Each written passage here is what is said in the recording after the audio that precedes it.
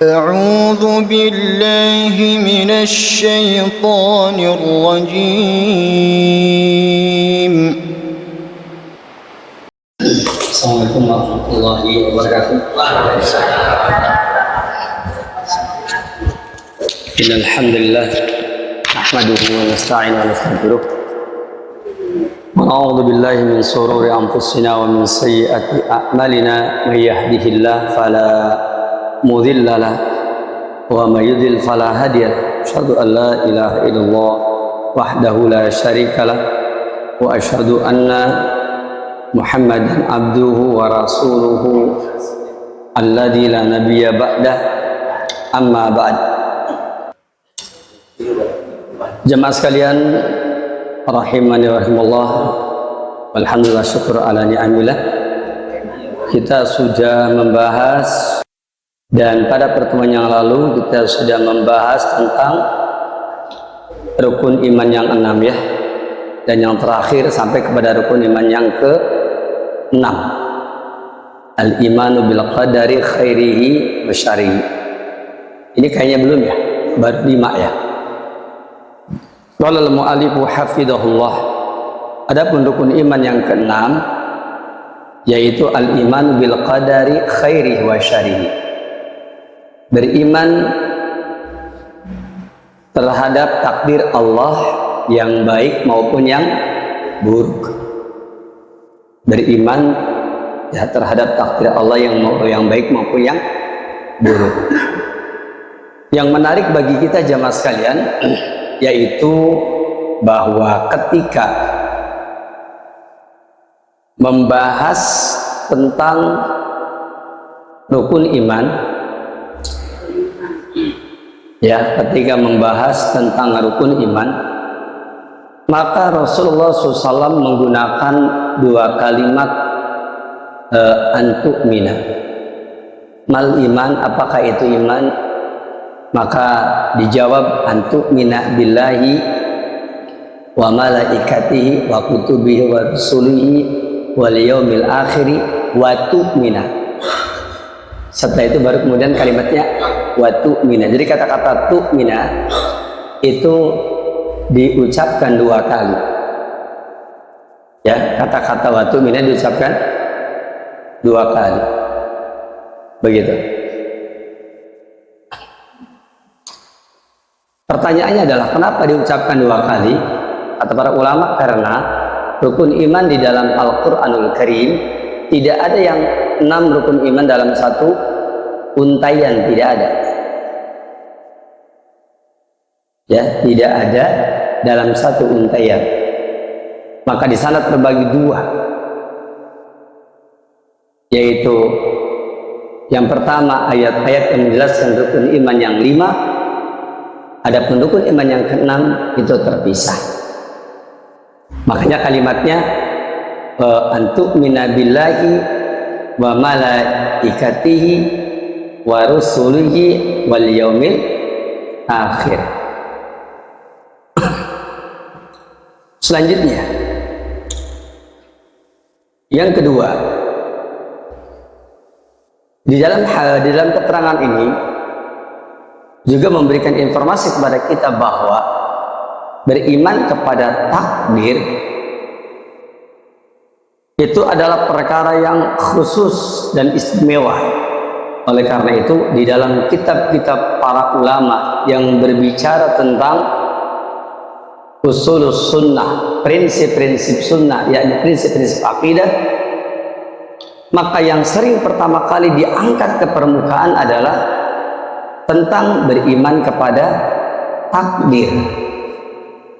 Umpamanya kitab usulus sunnah ya, al-imam lil imam Ahmad al-Humaidi rahimahullah, yang lebih senior dari al-imam Ahmad bin Muhammad bin Hanbal. Dalam kitab usulus sunnahnya beliau, maka yang pertama beriman kepada takdir. Beliau menerangkan ada sekitar 9 poin ya usulus sunnah, maka salah satunya atau yang pertama adalah beriman kepada takdir.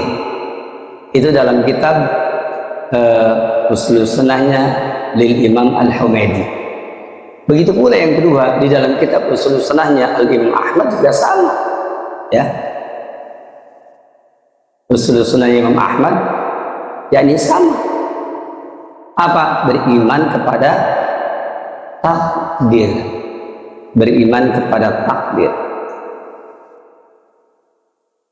Begitu. Begitu pula di dalam kitab ya Al-Fiqhul Akbar, Fikih Akbar, yaitu prinsip dari Al-Imam Abu Hanifah. Juga poin yang pertama adalah beriman kepada takdir. Ala kulli hal, beriman kepada takdir memegang peranan yang penting, bahkan prinsip yang luar biasa ya di dalam agama kita. Walaupun dia adalah poin yang keenam, tetapi ketika para ulama kita menjelaskan tentang masalah iman atau tentang usul sunnah, prinsip-prinsip sunnah, maka yang diangkat ke permukaan pertama kali adalah beriman kepada takdir. Selanjutnya, al-iman bil qadari khairihi wa syarrihi, beriman kepada takdir Allah yang baik maupun yang buruk. Wa huwa an na'taqida wa nusaddiqa tasdiqan jaziman bi anna kulla khairin wa syarrin fa huwa bi qada'illahi wa qadarihi. Apa yang dimaksud dengan beriman kepada qadar Allah, takdir Allah yang baik maupun yang buruk? Maksudnya adalah kita beriktikad, kita berkeyakinan, dan kita membenarkan dengan ya sebenar-benarnya, dengan penuh keyakinan bahwa semua perkara yang baik dan semua perkara yang buruk itu berdasarkan qada dan qadar Allah. Itu berdasarkan apa tadi? Qada dan qadar Allah. Qada adalah ketentuan Allah berkenaan dengan perbuatan para hambanya. Qadar adalah ketentuan Allah yang tidak terkait dengan ya perbuatan para hambanya. Makanya kalau qadar itu dari semenjak zaman ajali. Adapun kalau qada terkait dengan perbuatan-perbuatan manusia. Wa annahu al-fa'alu lima yurid, dan sesungguhnya Allah tabaraka wa taala al-fa'alu lima yurid, yang mengerjakan semua yang Allah kehendaki. Fa'alu lima yurid, yang mengerjakan semua yang Allah kehendaki. La yakunu syai'un illa bi iradatihi, tidak ada sesuatu pun kecuali dengan iradah Allah subhanahu wa ta'ala. Tidak ada sesuatu pun kecuali dengan apa? Dengan iradah Allah subhanahu wa ta'ala, dengan kehendak Allah subhanahu wa ta'ala. Wala yakhruju syai'un an masyiatihi, dan tidak ada sesuatu pun yang keluar dari masyiat Allah, dari kehendak Allah. Karena Allah berfirman, wa ma tasyauna illa ayyasha'allahu rabbul alamin. Wa ma tasyauna, dan tidaklah tasyaun kalian menghendaki illa kecuali ayyasha'allahu rabbul alamin, pasti ya akan bersamaan atau pasti harus mendapatkan keputusan dari kehendak Allah subhanahu wa ta'ala. Artinya kehendak manusia tidak boleh bertentangan dengan apa? Dengan kehendak Allah tabaraka. Kehendak manusia harus sejalan. Ketika dia tidak sejalan dengan kehendak Allah, maka berarti ini adalah keburukan. Ketika dia sejalan dengan kehendak Allah, maka itu merupakan kebaikan. Berkehendaknya mukhayyar, itu pilihan manusia. Tetapi apapun yang manusia kehendaki pasti harus sesuai dengan kehendak Allah subhanahu wa ta'ala. Ketika sejalan, maka berarti kehendak manusia itu sesuai dengan kehendak Allah. Ketika tidak sejalan, maka berarti dia berbeda dengan kehendak Allah. Itu namanya masyiah, masyiatullah. Walaysa fil alami syai'un yakhruju an taqdirihi, tidak ada sesuatu pun di alam semesta ini yang keluar dari ketentuan Allah. Tidak ada. Faqad alima ma kana, sungguh Allah mengetahui apa yang telah terjadi. Wa ma yakunu, dan sungguh Allah mengetahui apa yang akan terjadi. Kemudian wa bi ilmihi, dan dengan ilmu Allah, ya, yakni dengan ilmu Allah tabaraka wa taala, ya, kutubu maqadiril khalqi, yaitu penulisan maqadiril khalqi, yaitu takdir-takdir makhluknya.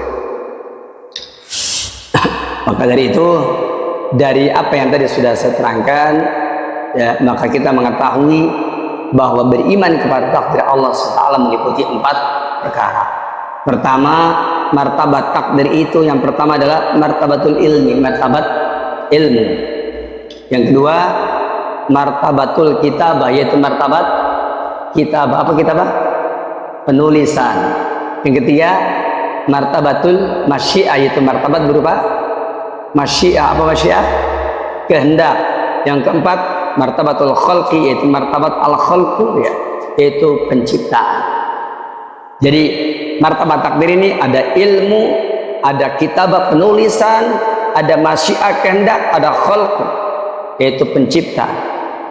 Dari 4 martabat ini maka semuanya milik Allah saja dan hak Allah saja, kecuali yang ketiga, masyiah. Maka di sana manusia diberikan kewenangan untuk memiliki masyiah, untuk memiliki kehendak. Begitu. Bagaimana kehendak manusia? Kehendak manusia tetap diikat dengan wa ma tasyauna illa ayyasha Allahu rabbul alamin. Dan tidaklah engkau berkehendak kecuali ayyasha Allah rabbul alamin. Allah tabaraka wa taala juga berkehendak. Maksudnya bahwa kehendak manusia, maka dia pasti terkait dengan kehendak siapa? Kehendak Allah Subhanahu wa taala. Demikian beriman kepada takdir yang baik ataupun yang buruk.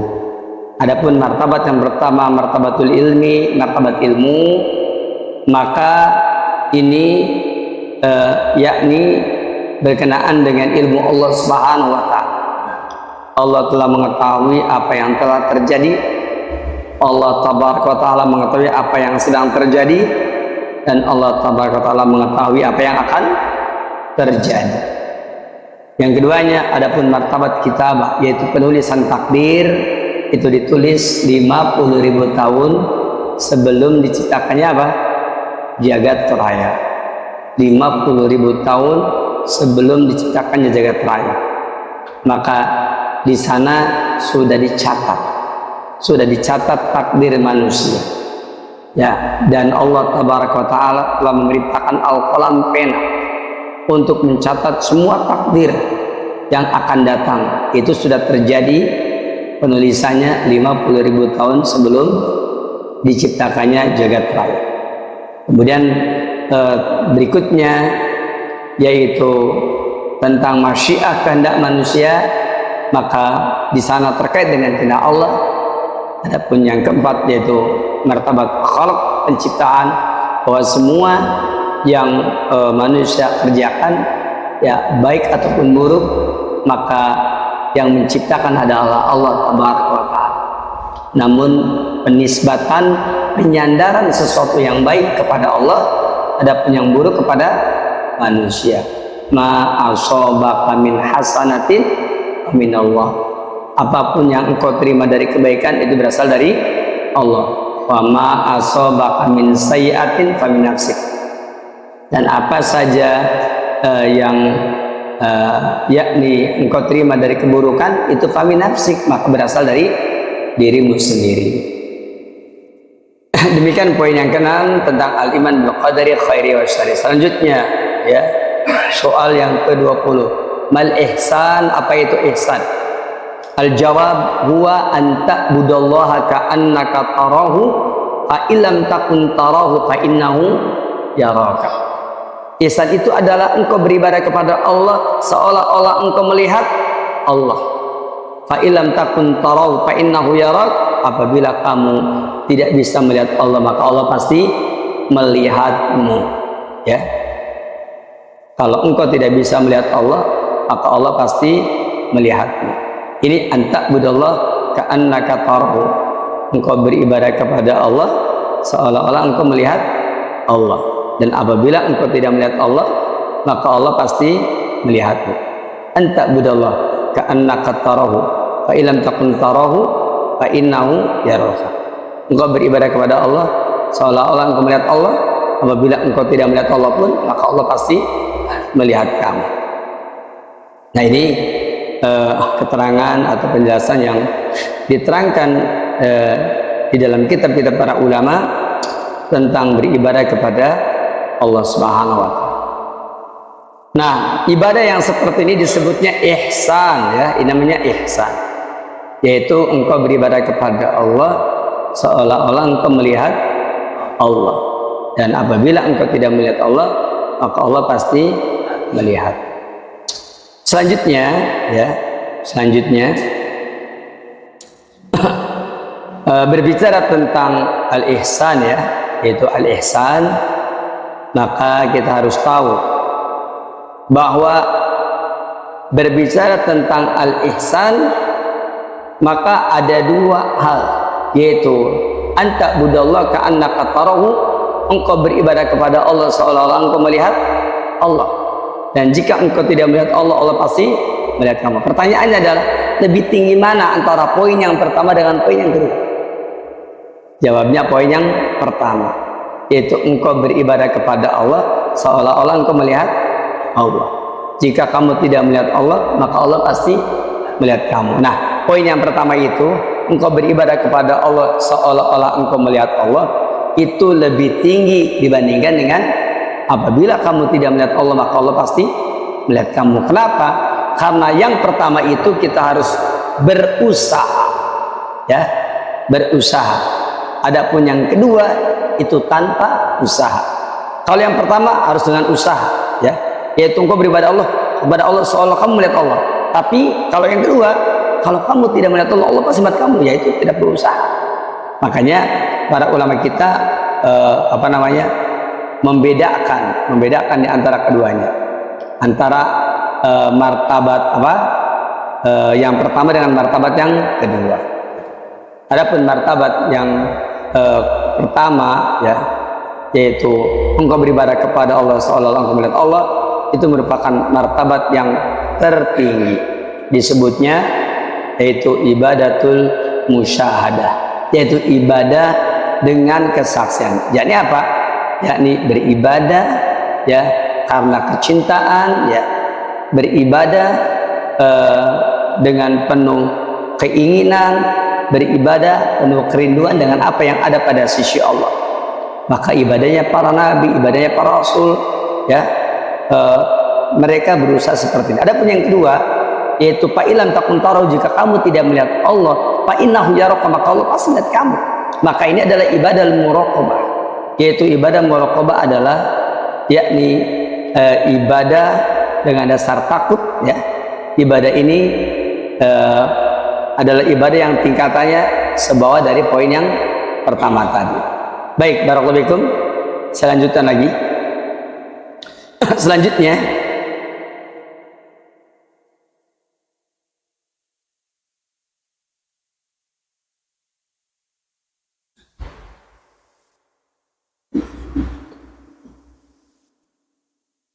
soal berikutnya, ma maratibul qadar wa ma syarhuha, apakah martabat takdir dan apa pula penjelasannya.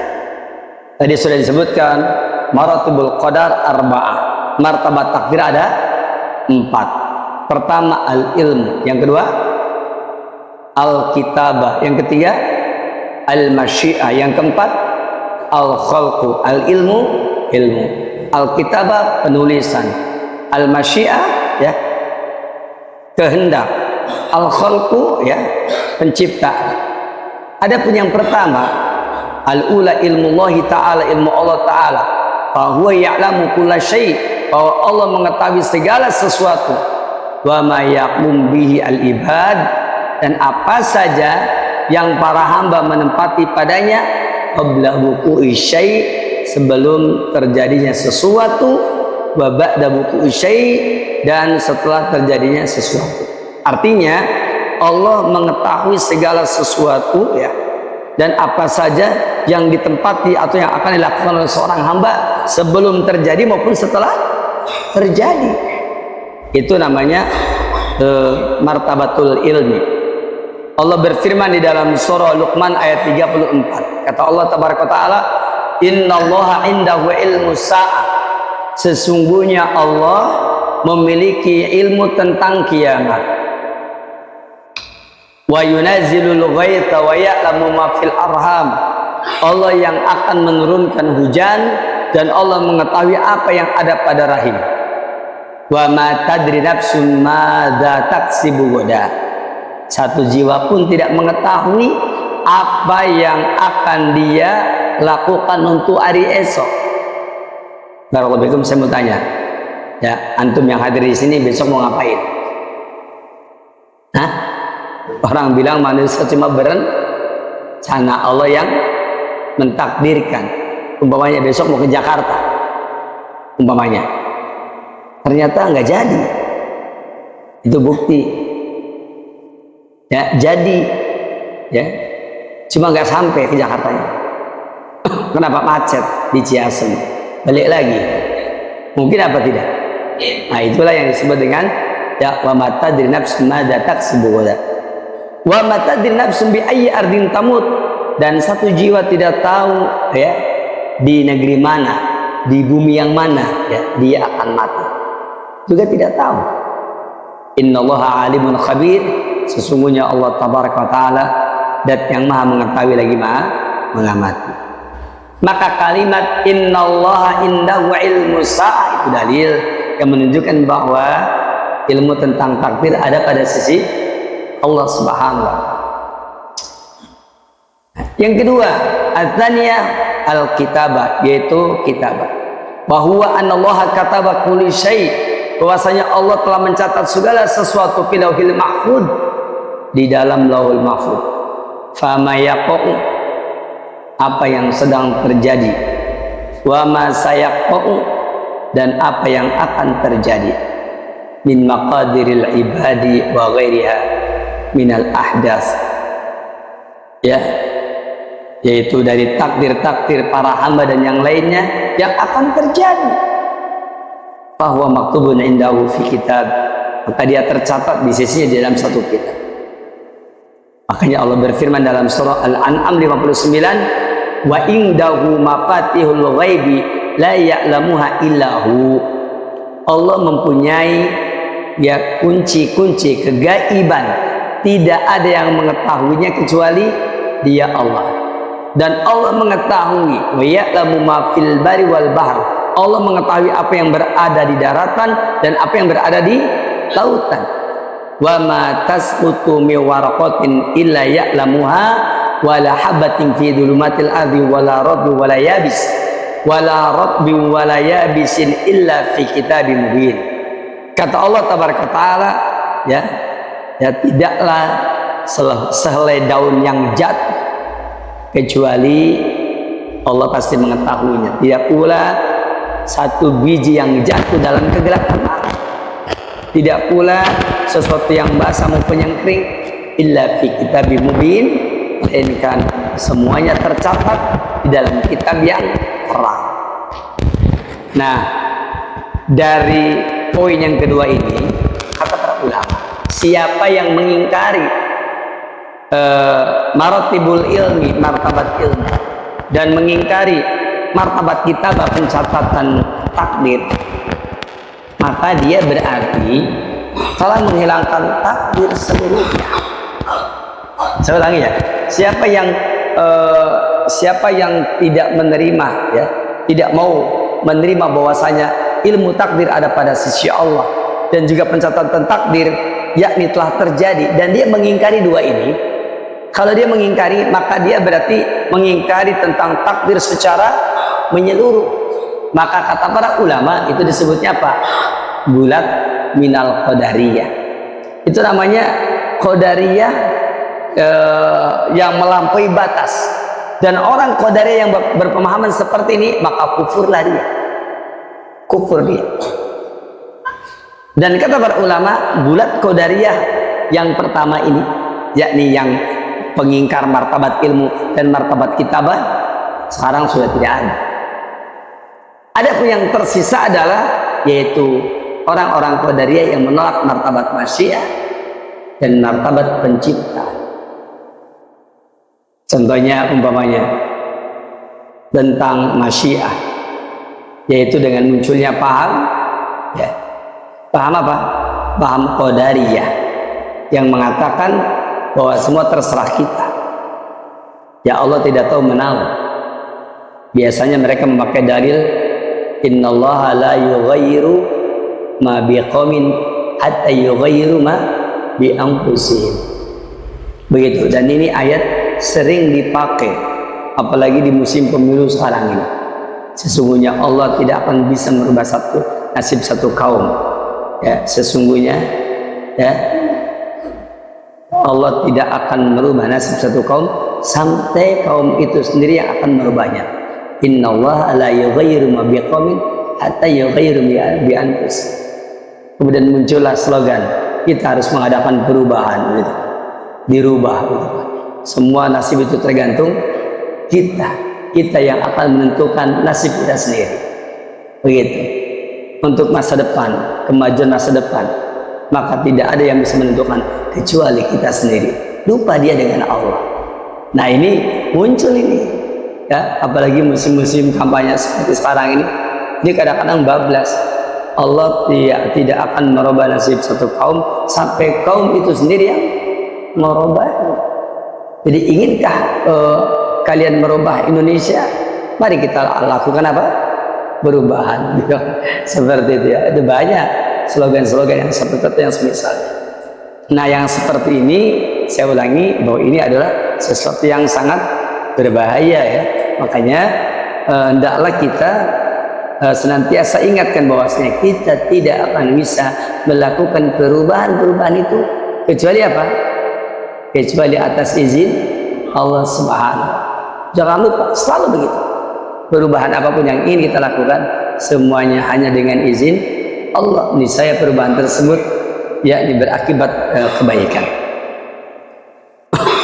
Nah, kalau yang menolak martabatul masyiah dan martabatul khalqi itu Qadariyah yang pelakunya tidak dikafirkan. Ya, itulah Qadariyah yang masih tersisa sampai hari ini. Yang ketiga, babu al-asalisu al-masyiah wa huwa anna kulla syai'in, bahwasanya segala sesuatu yaqa'u yang yang akan terjadi itu bimasyiatillah, dengan kehendak Allah.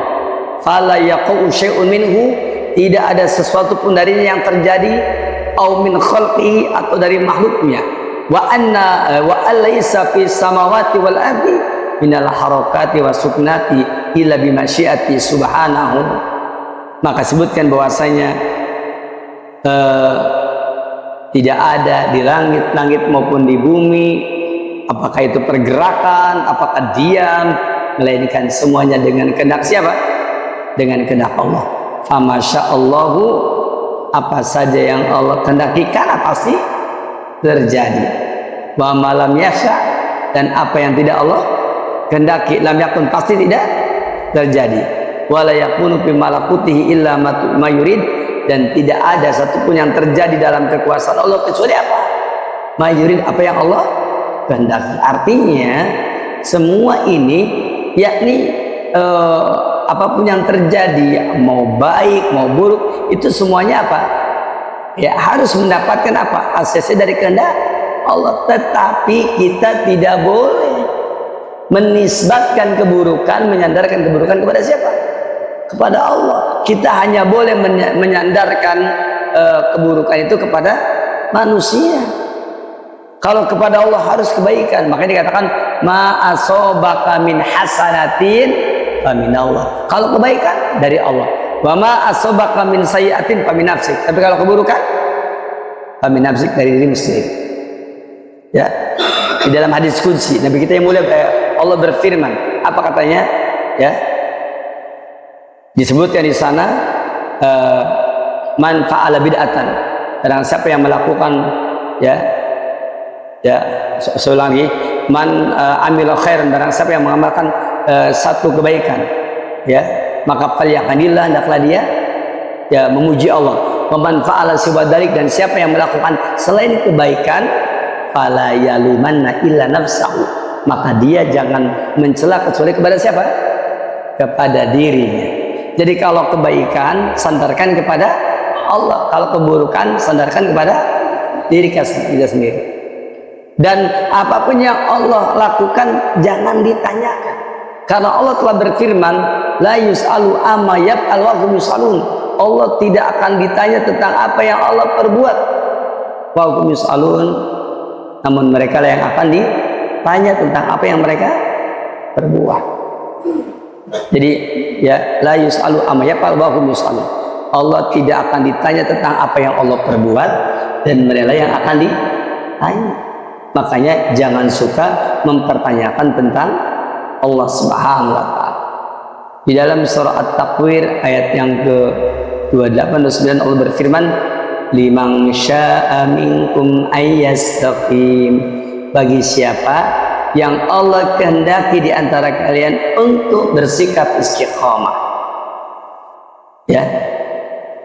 Fama tasyauna illa ayyasha Allah illa ayyasha Allahu Rabbul Alamin, dan tidaklah kalian berkehendak kecuali ya sesuai dengan apa yang Allah kehendaki, Allah Rabbul Alamin kehendaki. Artinya kehendak manusia terikat dengan kehendak Allah Subhanahu wa taala. Berikutnya ar-rabi'ah, yang keempat, yaitu al-khalqu, artinya penciptaan, bahwa yaitu al-imanu bi annallaha khaliqu kulli syai', bahwasanya Allah adalah pencipta segala sesuatu. Orang-orang Qadariyah mengatakan bahwa al-khaliqu khaliqun, pencipta itu ada dua ya. Saya ulangi, orang-orang Majusi mengatakan al-khaliqu khaliqani, bahwasanya pencipta itu ada dua, khaliqul khair wa khaliqul syarr. Pertama adalah pencipta kebaikan, yang kedua adalah pencipta keburukan. Itu menurut orang Majusi.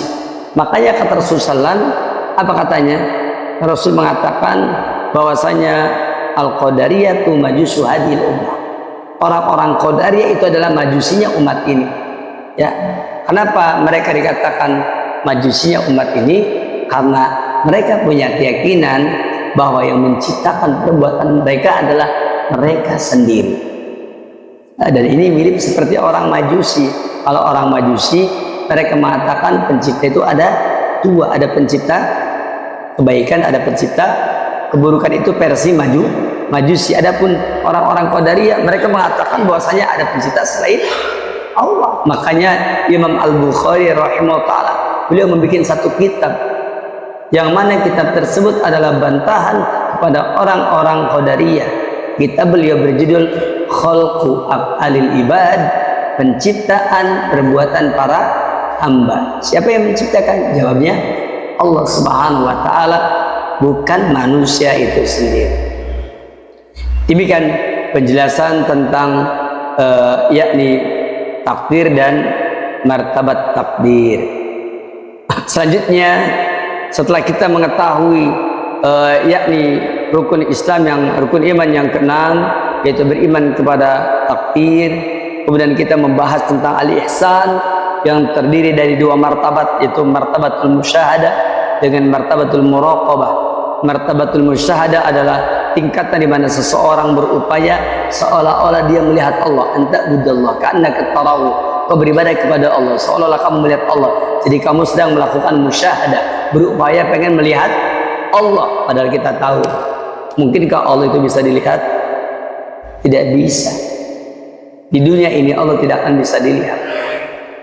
Kemudian yang keduanya, fa ilam takun tarahu fa innahu yaraka, kalau kamu tidak bisa melihat Allah, maka Allah pasti melihat kamu. Ini adalah martabatul muraqabah, yaitu martabat muraqabah, yakni di mana seorang hamba ya, pasti merasa diawasi oleh Allah Subhanahu wa taala, karena Allah pasti melihat.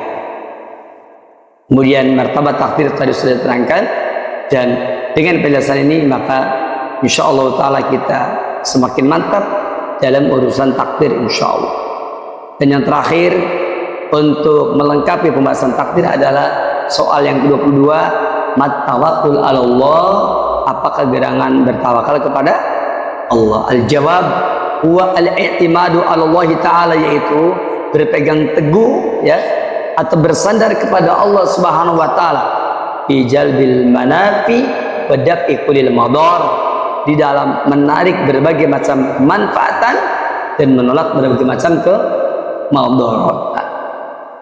Artinya orang yang bertawakal kepada Allah adalah orang yang dia bersandar kepada Allah, karena dia tahu siapa yang dapat menarik manfaat, jawabnya Allah. Siapa yang dapat menolak madarat, jawabnya Allah. Ma'a ya badil asbab, disertai dengan mengarahkan segenap sebab.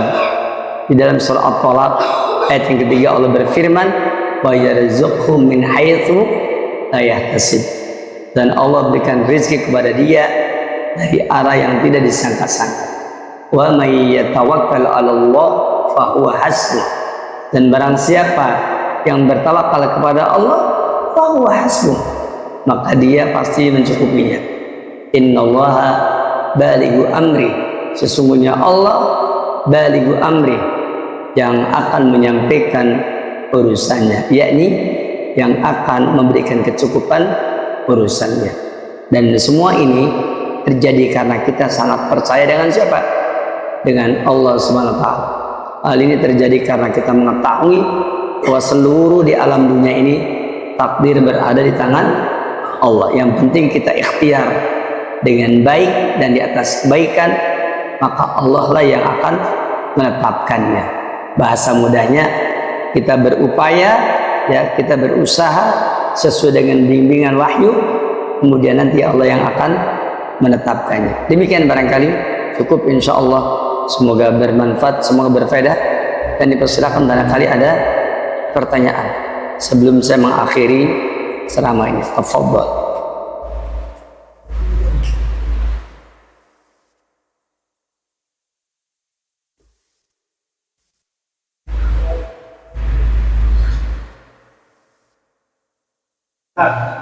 Ya.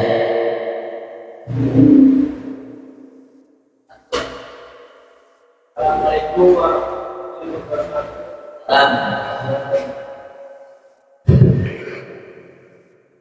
Ustaz, bagaimana membedakan amalan sunnah dan amalan bid'ah bagi orang awam, Ustaz? Iya. Bagi orang awam, apabila memang ada dalilnya maka amalkan, apabila tidak ada dalilnya maka tidak perlu amalkan. Kata para ulama, al-aslu fil ibadah, hukum asal ibadah adalah at-tauqif, diam ketika tidak ada dalil. Ya wal ittiba, ikut ketika ada dalil. Demikian barangkali ya. Jadi apabila ada dalil kita amalkan, apabila tidak ya tidak.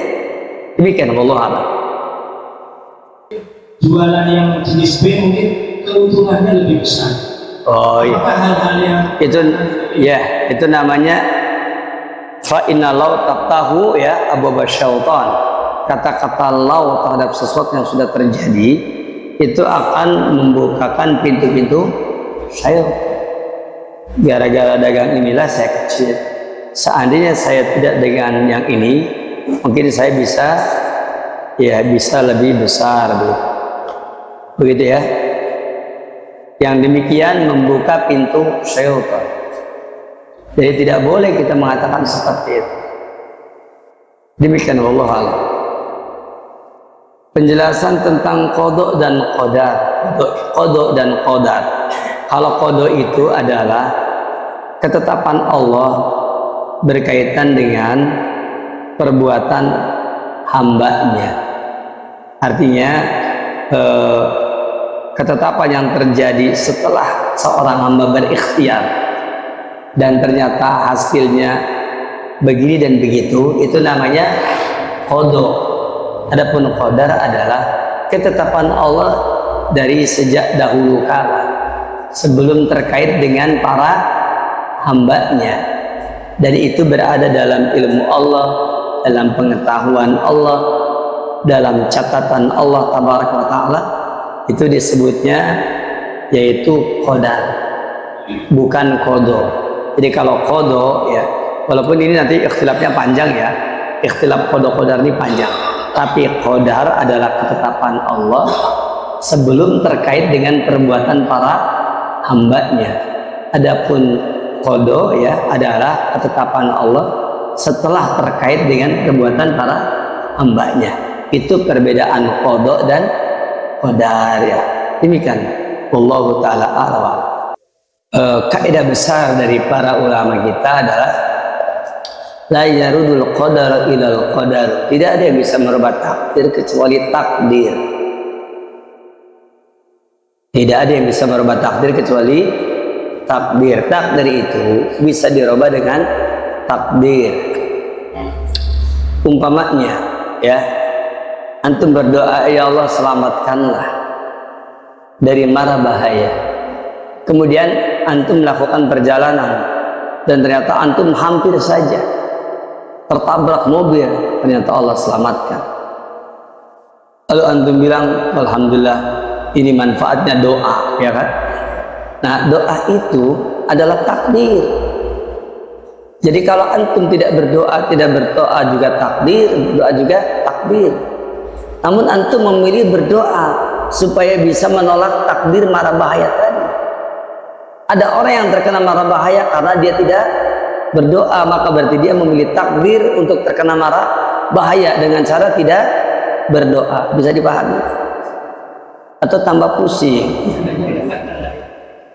Supaya tidak pusing, maka ketika berbicara tentang takdir, berbicara sesuai dengan alur dalil, begitu ya. Itu namanya takdir seperti itu. La yarudul qadar ilal qadar. Dulu pernah kejadian yakni Umar bin Khattab radhiyallahu anhu ya, beliau pernah akan masuk ke suatu daerah dan ternyata di daerah tersebut terjangkit wabah penyakit. Maka beliau kemudian ya tidak jadi masuk daerah tersebut, dia berbalik. Ya, ada sahabat Nabi yang lain yang bilang kepada Umar bin Khattab, ya Amirul Mukminin, kenapa engkau lari dari takdir? Maka Umar bin Khattab menjawab, aku lari dari takdir ini untuk mendapatkan takdir yang lain. Apa lari dari takdir ini? Kalau aku masuk, maka mungkin terkena takdir kena penyakit. Aku tidak masuk, aku kemudian kembali ke tempat yang lain atau menghindar, itu adalah takdir yang kupilih, yaitu supaya tidak terkena penyakit. Jadi terkena penyakit adalah takdir lantaran dia meretas jalan menuju kepada takdir itu, dan begitu pula orang yang tidak terkena penyakit juga adalah merupakan takdir karena dia sudah berusaha untuk apa? Untuk ya tidak masuk ke tempat tersebut agar tidak terkena takdir tadi. Dan Nabi kita yang mulia sudah melarang orang memasuki satu negeri yang di negeri tersebut ternyata sedang ada berjangkit wabah penyakit. Maka Rasul telah memberikan petunjuk yang terbaik apa? Menghindari takdir buruk untuk mendapatkan takdir yang baik. Begitu. Orang mendapatkan keburukan adalah takdirnya, dan orang mendapatkan kebaikan juga adalah takdirnya. Makanya la yarudul qadar ilal qadar. Tidak ada yang bisa menolak takdir kecuali apa? Takdir. Ya, begitu barangkali ya. Wallahu a'lam.